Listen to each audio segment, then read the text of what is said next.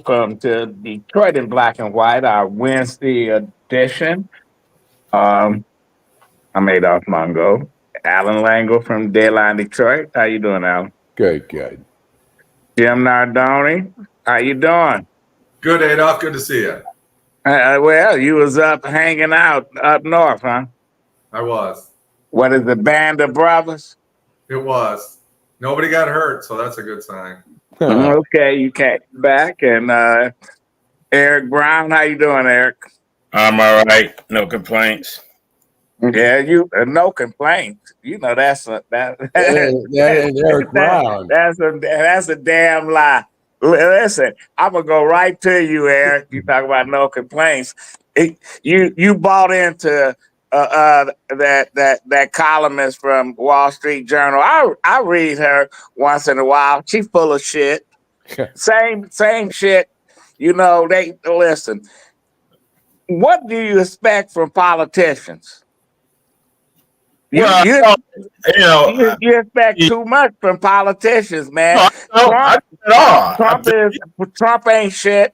Democratic Party, they got all kind of issues, and here we are. We got what till November 5th. Go ahead. And I can't wait until the next 6 weeks are over with, because I wish that commercials could be muted. And I wish that once you vote, you don't have to worry about any more commercials, because at the end of the day, regardless how you feel about Peggy Noonan, the op-ed piece that she wrote was spot on. And she called and she talked about both of them. It's awful versus empty. You take your pick on who's awful, take your pick on who's empty. But at the end of the day, this is another election of two terrible candidates. Listen, Donald Trump is empty and awful at the same time. He got elected president. Kamala Harris is a politician. Listen, if I was advising her, and I think she's doing a rope-a-dope, and you know people don't like it. She's not giving interviews. She's not saying whatever. But she just had one tonight. Well, whatever. But she picks and chooses. Listen, the bottom line is this is an election where it's not about an agenda. It's about Haitians eating dogs and cats, or they doing this, they doing that. She's dumb as an ox. You know what? That's what this campaign is about. Name calling, and it's not about how we're gonna turn the economy around and lie. Listen, the Wall Street Journal is just a voice for Rupert Murdoch, a racist pig that came over here and he spew his fucking propaganda. But that's my take. That's all. Yeah. You have to take into consideration, Peggy Noonan has not voted for the major party candidates since 2012. That's what she tell you. It's just a waste of fucking vote. Who's she gonna vote for? Jill Stein, Cornel West? But everybody keeps saying it's a wasted vote. I mean, at the end of the day, the right to vote is there. There's no obligation to vote. I have no problem with someone that does not vote, because as long as you're paying taxes in this country, you have the right to not vote, because taxes. And you have a right to not to be upset. You have a right not to be upset when nobody listens to you. Let me ask you, Jim, what do you think of all this shit? I have the Fifth Amendment right to remain silent. What do I think about all of it? I think that either way we look at it, there are challenges. I'm not thrilled with Kamala Harris. I think that they're using Kamala Harris. I think that they're using Donald Trump. I don't think that we have legitimate candidates. And I know Allan got on me when I said, did you see the difference between her and Barack Obama? They both bring some good and they both bring some bad. But we're going to have one of them is going to be the president. So half the country's going to be upset, and that's just the way it's going to be. Well, I think they both legitimate candidates, whether you like them or not.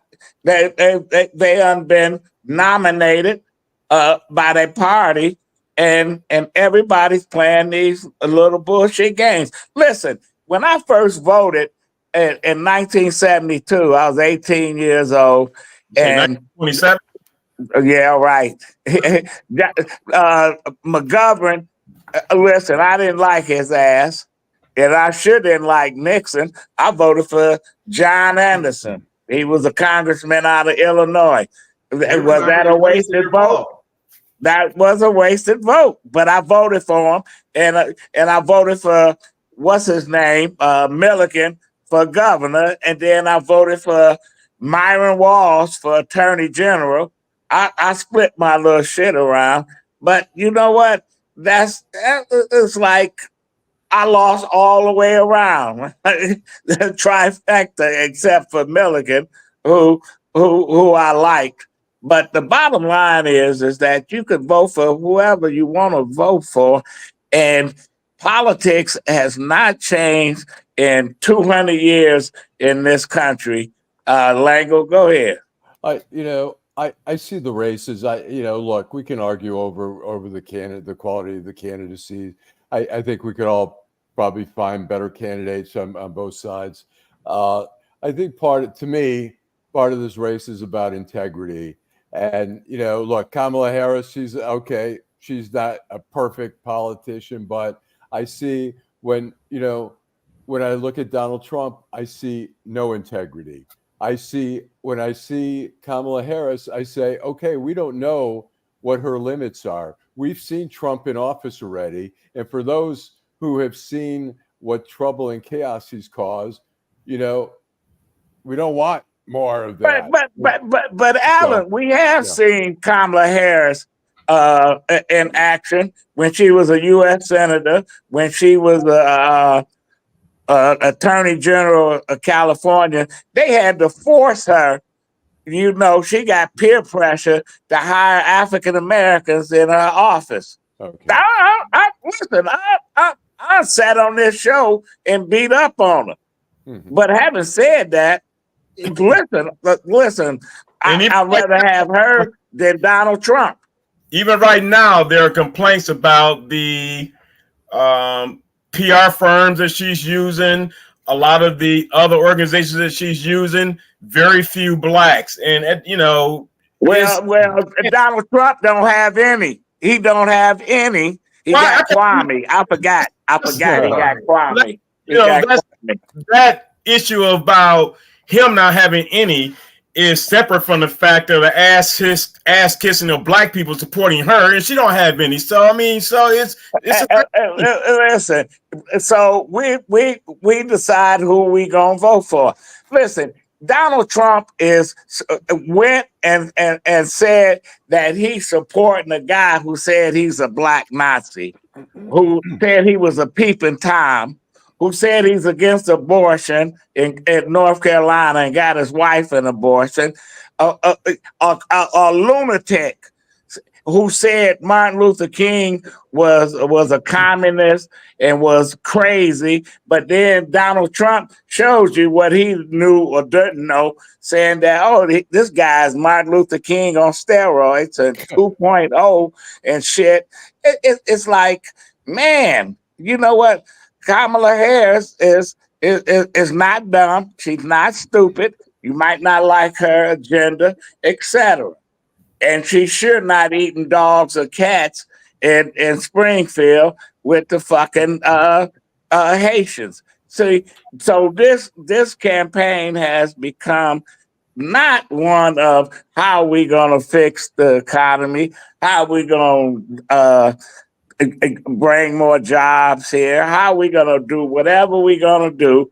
It's like a elementary school yard brawl. Mama, I know your mama's a drunk, or your daddy's a pimp, or your daddy stole money from the treasury, or you know what, your sister a hoe, and all this other shit. This is what they throw out there. And I understand people frustrated and say, damn, when they gonna talk about the real issues? Nobody's talking about the real issues because the media has let them off the hook. The great late philosopher said they are who we thought they were. What, Dennis Green? Yeah, we know what they are. And this is what they're doing. So, Eric, I'm not surprised. And people frustrated. She's doing a rope-a-dope. She's not going to go out there. You're not going to get an in-depth interview. And Donald Trump is not going to have another debate. And all they're going to do is name calling. And we're going to see 150 fucking commercials every day, one right after another. All right. First of all, it's not, they should be talking about the issues. Kamala Harris, and not to say that this takes care of everything. She spoke at the Pittsburgh Economic Club today, unveiled some economic plan she has. She did an interview. What was the plan? I haven't had a chance to look at it, to be honest. But I know today, and again, she's going to the friendly people like Trump goes to Fox for interviews. She went to Stephanie Ruhle. They're supposed to be, I haven't seen it because I just got home a short time ago. She did an interview tonight with MSNBC. It's, people are going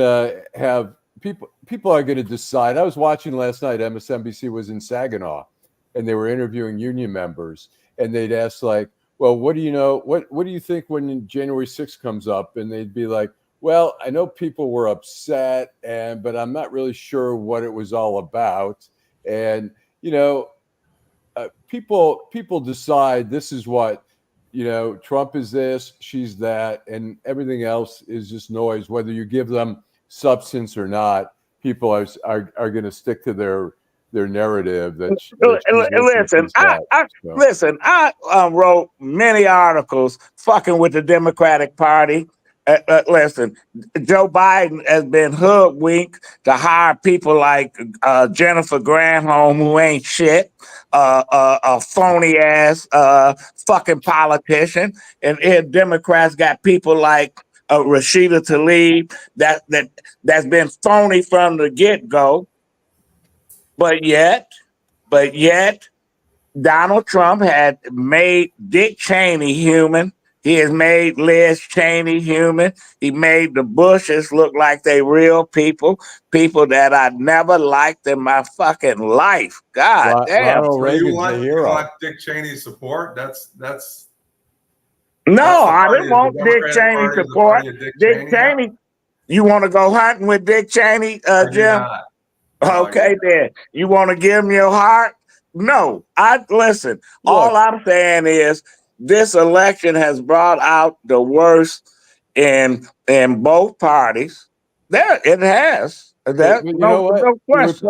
When you talk about the Republican Party of yesterday, the moderates, maybe even the liberals, there are none anymore. So the conservatives become the moderates in that party now. Tell me a moderate. Who's Lindsey Graham? Is he the moderate in that party? I mean, they've got Murkowski and Susan Collins, but other than that, there are no moderates. I love Allan, but you're not talking about the moderates on the left, because you're looking at it from one side. The people that are saying there's no Democrats because you have a presidential candidate that wants to pay for sex change operations for prisoners and people that are coming across the border. And it's the same on both sides. If you're saying that they're not whacked out to the left, you're not paying attention, because these people are not Democrats. But Jim, under Obama, Jim, he deported more undocumented folks out of this country than the last 3-4 presidents all combined. So all this border bullshit. Listen, he called Yemen a fucking shithole country, and yet the mayor of Hamtramck, who's from Yemen, is kissing his ass. Oh my God, man, that's like today. I mean, at the end of the day, though, the low level of information on both sides is also part of the problem. People want to talk about Project 25. They have no idea what the Heritage Foundation is. And if you go back and do your research, we can talk about the fact that Barack Obama even talked about part of his Affordable Care Act is from a blueprint from the Heritage Foundation. But now but they steal from all over the place. Listen, they want to demagogue the Heritage Foundation. They want to demagogue Project 2025. But we know damn well, Adolph, that our people have not read a 922-page fucking document. It ain't nobody's gonna read it. It's like under the Nixon administration, they created affirmative action. Dick Nixon. Anyway, we're gonna take a break and we're gonna come back and continue this conversation. And Allan, we'll go to you. And we'll go to you when we get back. We're gonna play a couple commercials, and then we're gonna play another because we've got 4, so we're gonna put them up. Yeah. Hi, I'm Vanessa Moss. I have over 4,000 signatures that say I should sit on the bench at 36th District Court. But the bureaucrats had me kicked off the ballot because they don't want you to elect someone who stands for fair and equal justice. And as a defense attorney, I've experienced injustice firsthand. Join the movement. Write in Vanessa Moss. Write in Vanessa Moss for 36th District Court. Remember, Vanessa Moss. This is Alyssa Slotkin, Democrat running for the U.S. Senate. I want to share. This is Alyssa Slotkin, Democrat running for the U.S. Senate. I want to share a story about who, more than anyone, taught me the importance of listening and accountability. It was President Barack Obama. I served in the White House on his national security staff. I got to see him in action, up close, and behind closed doors in the Oval Office. First, he was brilliant, and therefore demanded people really knew their stuff. It was President Obama who grilled me on issues and demanded accountability on what we said and did. That commitment to accountability is exactly the approach I use today, listening to our communities. It's why I've written an opportunity agenda with detailed plans to strengthen Black businesses, increase Black wealth, and provide real opportunities for our youth. Because, as President Obama taught me, you better say what you mean and mean what you say. So that's why I approve this message. I was going to say, and I'm not quite sure I understood what Jim was talking about with the Democratic Party, but I'll try to address it and then correct me if I'm not addressing what you were saying. But the Democratic Party has a broad umbrella. There are many to the left, and there are many to the right, and there are many to the center. And the Republican Party, ever since like what's his name, Spencer, whatever, and the senator from Pennsylvania. The Republican Party has become narrower and narrower. And yes, there are people to the left in the Democratic Party. I don't agree with some of the stuff that they say, but they're part of the party. But the party's a broader base, and so maybe the Republicans need to go the way of the Whig Party. You know what? All this shit changes and shit. But getting back to what Eric. What you talking about, Eric? Hell yeah! I listen. Democrats got $1 billion fucking sitting up there, and they won't spend it in these urban areas where this is where they get all their support. They won't hire none of the political operatives. They won't hire any of the printers. They won't do a whole lot of shit because they get 4 or 5 jackleg preachers and give them some money and say, okay, you go out and you do your thing because they figured this is the only place we got to go. And on the other hand, the Republicans say, you know what? We don't need these assholes. They're not going to vote for us anyway. And the ones that they get, they hate themselves. The Candace Owens and the Mark Roberts, all these assholes who come there and they got to attack Black folks. But anyway, it is what it is. I think the vice president, I understand why she said I understand why she told the ACLU what she told the ACLU in 2019. I understand the forum, but to say you're ready to defund the police, to say you want to everybody, regardless of country of origin. But the Republicans want to defund the police. They attacked the police in D.C. The FBI. People are hurting. I don't think they want to pay for sex change operations for illegal aliens and for prisoners that were sent to prison when they were a man and decided that if they switch over to a female. It's all part of this. Is all part of who we are as a people. And listen, I don't agree with a whole lot of this shit. If I had a 10-year-old, a son, or a 10-year-old, a daughter who says, I'm not a boy, I'm a girl, and I want to get a sex change, you think I would be happy? Fuck no. I say that's a decision you gotta make when you're an adult, not when you're just a kid and shit. And it's a lot of things that I don't agree with what the government pay for and what the government do, but they do. There's no question. Listen, we got so many hypocrites there in D.C. who says one thing and does another thing. You know, Jim, you're a great citizen. You play by the rules, but most folks, they don't play by the rules. Allan. You know, we're talking about, first of all, I don't think Kamala Harris is for defunding the police. I think back then she said she's open to looking at other funding for. I mean, look, there should be social service people sometimes accompanying police instead of 2 or 3 police officers showing up to domestic violence. There's so many deaths that end up, but she's not for defunding the police. And when we talk about, you know, law and order, she's not for it now. She was doing the 2020 right. Well, people. Well, that's what politicians do, Eric. Right. And listen, all of a sudden, Donald Trump say he gonna save all the women. They're gonna feel safe. He's not gonna do this. All these people flip the switch all the time, and you know what? The only way you hold them accountable is you vote them fucking out of office, or you don't elect them. That's no question. Allan's point to yours and Allan's point, and that's a problem with politics. You know, people don't pay attention. They're able to flip flop, but for those that pay attention, again, we have every right to say there's no way in hell I'm going to support this person because I know their record. You know, our receipts. Not enough people take advantage of the receipts that they have to hold them accountable. Because if we were to hold them accountable, we wouldn't have a Congress, a Senate, or a fucking president. Well, people say they want to get rid of folks, but then when you say get rid of your congressperson, they say, "Oh no, mine, I'm good." Don't get rid of their own Congress.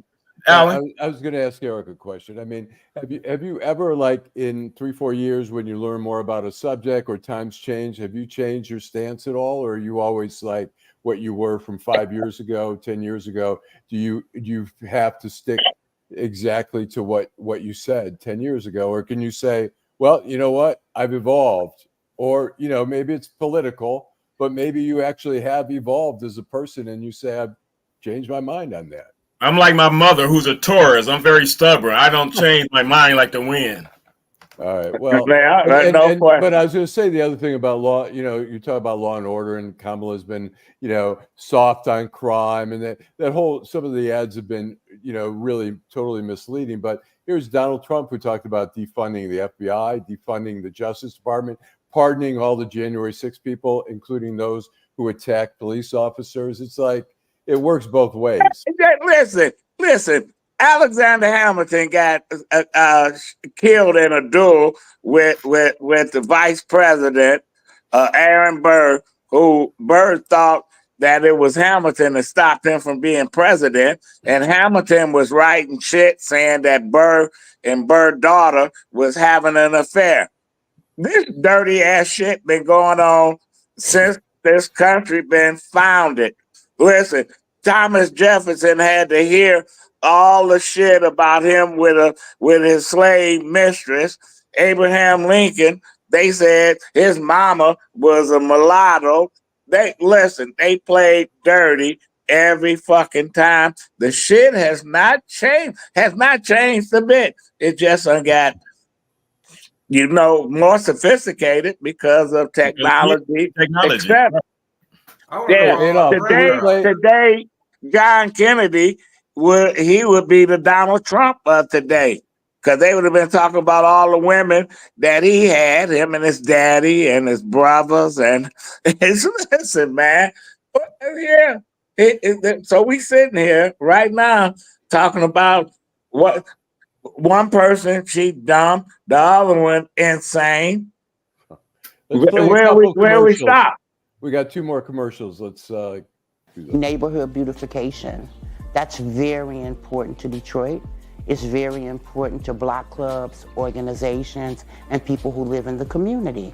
We got started with 2 lots and a vision of a treehouse center. Because if we can take these blighted lots, Detroit give us grants to be able to do something with them that the community wants, it's a plus because we're bringing our neighborhoods back to where we want them to be, where they should be.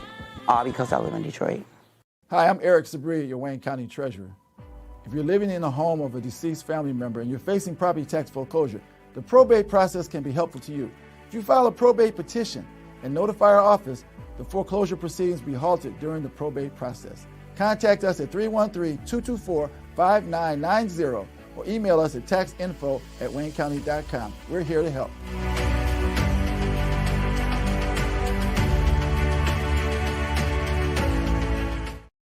Okay, Jim, we gonna get to your final thoughts.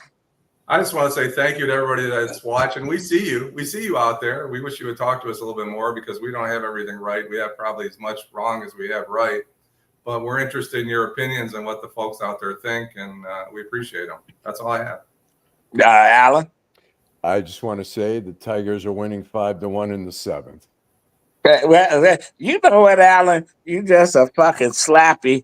Jim loved the Lions. You love the fucking Tigers. Let me and Eric, he got that M on there. He loved the Red. We gonna have to do a whole show on fucking sports because I can't stand the Lions. I can't stand the Tigers, but I do like Michigan. Let me say something real quick.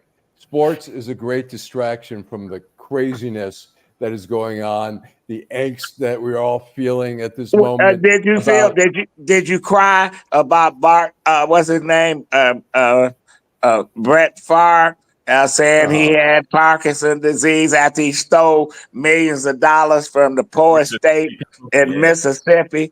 Real asshole. Well, you said it all, Eric. Did I cry? Not about that. And Eric, your final thought.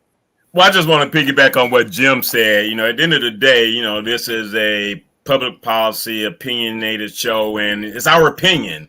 You don't have to like it, but at the end of the day, you have an opinion to share as well. So tune in, make a comment, and we're not here to disagree with you. We're just here to be respectful with one another. And people get all emotional about things when it comes to politics in particular, and people we don't even know. I mean, there are bigger fish to fry in the society that we need to be addressing and worrying about, instead of people losing friendships and family members not talking to each other with politicians that they don't know. I mean, we got to do better than that. Listen, on November 6th, whoever fucking get elected, it's not going to change my world, your world, or the average person that's out there struggling, that got to catch a fucking bus in the wintertime, that kids don't have a coat or boots when the snow is 5 inches or 10 feet tall. Yeah, it's not going to change because we hear the same shit. Every fucking election cycle, we're gonna take care of you. We're gonna do this. We're gonna make sure you can afford insurance and all this other stuff. And it never fucking happens because people don't go out there and they do not vote. So here we are debating on the shit. Allan Lengel, thank you. Jim Nardone, thank you. Eric Brown, thank you. Teresa, thank you. I thank you. Bob Hope, thank you. Everybody, thank you. Be back.